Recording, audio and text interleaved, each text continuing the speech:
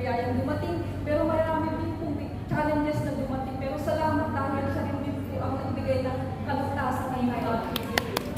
Maraming salamat din, Lord, dahil pinagaling mo po na lutusan ng aking amo. Ngayon po, totally healed na siya. Kaya maraming po salamat sa lahat ng mga biyaya at pagpapalang pinagkaloob sa akin. Kalakasan ng loob, kalakasan ng katawan. Kung hindi po sa aking anak, dahil ngayon po ay third year na siya. Kaya Amen. Thank you. Glory to God. Amen. Sino pa ba ang pinagpala? Sige. Sino na ulan? Siya muna. Sige, si Salim. Good afternoon po, brother and sister. Pinagpalang lahat po sa atin. Ako po si Sister Julie ng Tabi. Nagpapasalamat po ako sa tagumpay ng aming magbabakasyon na aming kapatid. Nakabalik po kami ng 11. At salamat din po nakapag-graduate na po ako ng BS Accountancy and Business. Ngayon po, Lord, kawalan mo po ang pag-review ng puso ko sa pag-take niya ngayong November. Alam ko, walang bagay na imposible sa kanya. Pagkatapos ng pagsubok, tayo mo, di ba sa kanya? Nandun yung prosecutor na sabi, matagal ka na nag-abroad, wala kang ipon, pero pag-sigurad pa ang kumilos, wala kang dapat i-complain dahil siya the best and the best. Amen! Ganun din po, nagpapasalamat po ako sa mga blessing ng mga kapatid ko. May yung kung dalawa niyang store, talaga po sobrang blessed na blessed po sila. At isinishare din po namin nila sa amin. Ganun din po sa katagumpayan ng operation ng boyfriend ng anak ko sa St. Luke kagabi. Lubos po ako nagpapagano'n din po sa aking employer, sa employer ng kapatid ko. We are so much blessed. Kaya patuloy lang po lahat magtagumpay at ang pag-iiga po. Huwag natin dahil yan yung susi ng ating tagumpay. Bawat maraming pagsubok, normal po sa atin yan. Yung po ang susi ng ating yung po ang susi ng ating tagumpay. Maraming pong salamat. Amen. Praise the Lord. God is good. Kasi yung subject. Mayroon ako. Daming pinagpala ni Yahweh. Pinagpalang hapon po sa lahat. Pero gusto ko lang tagalan, yung paborito salamat sa ating Diyos.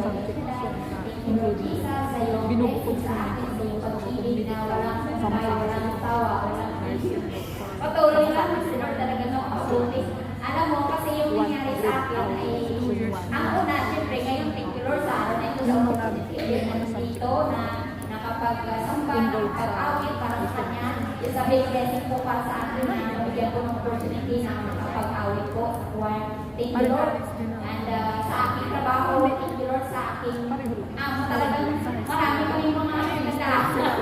Pero thanks God, alam mo, siya, pinapagalitan ako, tapos pagkatapos niyang akong pinagalitan, alam mo, yung talagang si Lord ang kumikilos ko sa buhay, sa buhay kung saan ko tayo, ay talagang, hindi mo pa ma-imagine na, ano nagalit yan, tapos magalitan ako, after mo, talagang sobrang bait-bait sa akin ni Amo, parang hindi mo ma-imagine na kabaitan niya, masaya-masaya pa siya, hindi lang kabait, masaya-masaya pa si Amo, tapos, sabi niya sa akin kagabi, dito na kailangan maghintay sa kanila kasi, pag nasa labas sila, kahit akong galing, hintay ko pa sila, sabi niya, pwede ako matulog na, siguro na hintay niya sa akin, hindi natulog ako.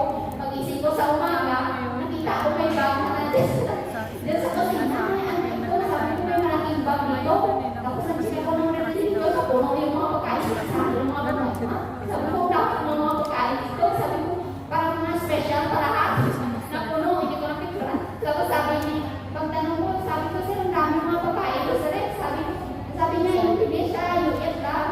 Kaya yun, parang nagpapasalamat pa ako kay Lord na kahit sa maraming hindi naman ako ganun kagaling sa aking trabaho na amin ko, sabi ko, pinapagpuntan ko niya ako kasi minsan, yung hindi ko ba naayos, pero nag-sorry ako, tapos sinasabi ko na siyempre, ay try my best naman, kaya nagpapasalamat ako kay Lord na hindi niya ako pinapabayaan. Dahil sa kakulitan ko ba, alam ko, hindi mo ako, pero sir talagang, thank you Lord sa patience sa akin, sa patience talaga ang pinagkalooban talaga. Walang tigil ng kabutihan ng pakabuti ng Diyos. Amen. Hallelujah. Amen. Sister, kasi wala na. Nawala ako kanina. 1997 yata yun, sa anniversary, yung sa Pagsulay, sa Hong Kong Association na yun. Sabi ni Brother Mike, yung mga gusto mag-asawa, isigaw na, sabi. Tapos sabi mo, Lord, gusto ko na mag-asawa, sabi ko.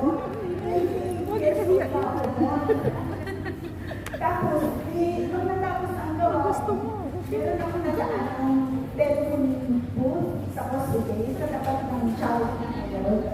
Tapos, tinawagan ko po yung ex-boyfriend ko. Tapos, yung phone number na landline, cut off na pala 1 week. Tapos, tinawagan ko siya sa tulong.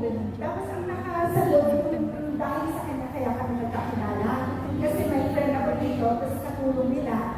Ayun, nagpicturan kami, nakita niya ako. Nagkabalikan. Parang pen pal. Tapos, ayun na tinawagan ko siya. Mas pa, ano yung pen Sabi pal ko yung ba naman? Isa ngayon na, scammer. Hindi ha, cut off na yan ng 1 week. Oo talaga. Marami din manluloko, madami. Ayun, number ko ba? Ibigyan mo sa amin. Pagkabigay niya, as in total cut off yung line. So, yun, nagkaroon na siya ng invitation. Tapos sabi niya, umuwi ka, sabi niya. Pero dahil pala may girlfriend, hindi ko na alam. Tapos di umuwi naman ako nagpaalam ko sa Kwento na asa. Kontento. Tingnan mo, tsura niya na yung pagkuya. Pero wala. Ipagkwentuhan na. Ipagkwentuhan na. Tapos, bumalik ako, buntis pala ako. Tapos, ayun na, may girlfriend pala siya. Sabi ko, ano ba yun? Sabi ko, ano siya? Ayaw yung boyfriend mo. Ikikip ko lang din. Saan yung may girlfriend? Tapos, Pilipinas. sinabi mo naman niya ako. Sa airport. Tapos, hindi na sa apartment. May girlfriend talaga siya. Pilipino na So, yung girlfriend niya, ganyan. May mga asawa na. Iiyak ako sa Tapos nabuntis na siya. Una buntis na. Tapos, yung babae, yung girlfriend niya, nagsisit pa ako sa sensor. Pero wala akong alam. Kasi taga-Pangasinan, hindi ko alam doon. So yun, tapos, umuwi na ako sa Pangasinan, nag-revenge ako sa kanya. Pag nagpupunta siya sa Pangasinan, hindi ko siya iniintindi. Pinapagalinda ako ng mga magulang ko. Sige, pag iniwag ka niya, kasalanan mo. Sa loob ko, hindi ko alam kung anong pinagdaanan ko sa Manila. Sabi ko, hanggang doon, na-realize niya na kami yung pinili niya. Ngayon, 26 na yung anak ko. Tumataon na ako dito nung last year kasi hindi pa ako naghahalati every Sunday. Once a month, every 2 months, 3 months, gano'n. Sabi ko, Lord, mag-detect ng work sa mga anak ko. Sabi ko, yung piniling ko makakasi siya. Ayun, pinagdagaling na kasi ng work sa mga anak ko. Tapos, nag-asa ko na brother ko mag-practice ng lalaki. Doon na naman sa Hong Kong execution, anniversary na naman. Ayun, nag-practice ako, bumalik ako, sabi ng ako ko, ipalag ko daw. Sabi ko, Luma, I'm like this. Sabi ko gano'n. Kasi, ayun, 15 years old na yung anak ko, lalaki na yun. Lahat ng dalawang anak, kahit dalaw, Amen. ayun po,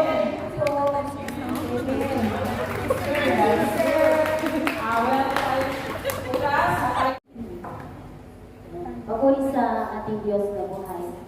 Gusto ko lang pong magpasalamat at ibalik ang mataas na papuri sa ating Diyos na buhay. Last Saturday po, nagpatuturo na po ako dun sa papa ko na heart attack po siya. 2 days, okay na po siya. Then, habang naka-admit po siya sa ospital, na-stroke naman po siya. Na-stroke po siya, left niya pong katawan is hindi na makagalaw. Yung Saturday na nag-duty po ako, nag-message po yung anak ko, sabi niya, Mama, sabi niya, pwede daw ako yung tumawag. Kasi ang papa ko is nasa ICU na siya. So, yun po. Pero sabi ko, we will serve the Lord even the trials come. Amen. Pinagkatiwala ako kay Lord na sabi ko, nandun yung bilang anak, mag-aalala ka. Pero pag tayo, alam natin kung sino ang ating pinagsisilbihan, kilala natin ang Diyos na ating pinupuri at sinasamba, hindi tayo matatakot. Matiniwala tayo ng buong puso. Kaya sabi ko, nung natanggap ko yun, hindi po ako agad lumabas. Tinuloy ko po yung ating pakikinig dito sa gawain hanggang sa yun. Nagkaroon na po ako ng time, tumawag po ako. Pero habang nandito po ako sa loob, nananalangin ako na si Lord ang bahala sa panganin. Papuri sa Lord na natakot po yung pamilya ko, na ganun po yung nangyari sa papa ko. Pero sabi ko, magtiwala tayo sa ating Diyos na buhay sapagkat wala akong magagawa, wala tayong magagawa, pero ang Lord, malaki ang magagawa. Amen. Papuri sa Lord na nakauwi na po ang papa ko kahapon. Ang bill po ng papa ko is 565,854 kalahating milyon. Pero salamat sa Lord, lumabas po kami na zero balance na wala kami kailangan. Kahit sa Lord po, wala po. At yung mga sinasambit pa lang po ng labi namin, wheelchair, oxygen, hindi pa po namin binibigkas, pero si Lord po ang nag-provide at gumamit ng tao para maibigay po yung pangangailangan ng papa ko. Kasama po ang mga gamot. Kaya papuri sa Diyos. Salamat Yahweh ang Sanoy sa patuloy na gabay at lubay. Talagang our God is the great provider and a healer po. Thank you po. Lord the God. Pag sa Diyos tayo, nagpaalam ng hawak mo sa inyong lahat. Kailangan kong ipakitoo kasi talagang miracle na gumaling ako. Nagising ako isang madaling araw. Ang sakit ng likid ko hanggang likuran. Hindi ako makakilos. Pag galaw ko masakit, pag upo ko masakit. Kaya sabi ko, Lord, huwag mo nang buong po ako. May ano po akong dapat kong asikasunin. At salamat sa Diyos dahil nagigising ako tuwing madaling araw, alas 3. Then automatically, nagigising ako tapos nagdadasal ako. And then, nakalimutan ko na yung sakit ko yun na nararamdaman. Na-realize ko na lang wala na pala. Amen. Kaya salamat sa Diyos sa kagalingan din po ng pamangking kong nagkaroon po siya ng pamamaga sa paa. Tapos na findings na may diabetes siya. Salamat sa Diyos dahil hindi niya po yun ininda at nakabalik na po siya sa trabaho niya. At salamat din sa Diyos dahil yung urinary test ng aking anak is negative. Kaya papuri sa Diyos. Salamat.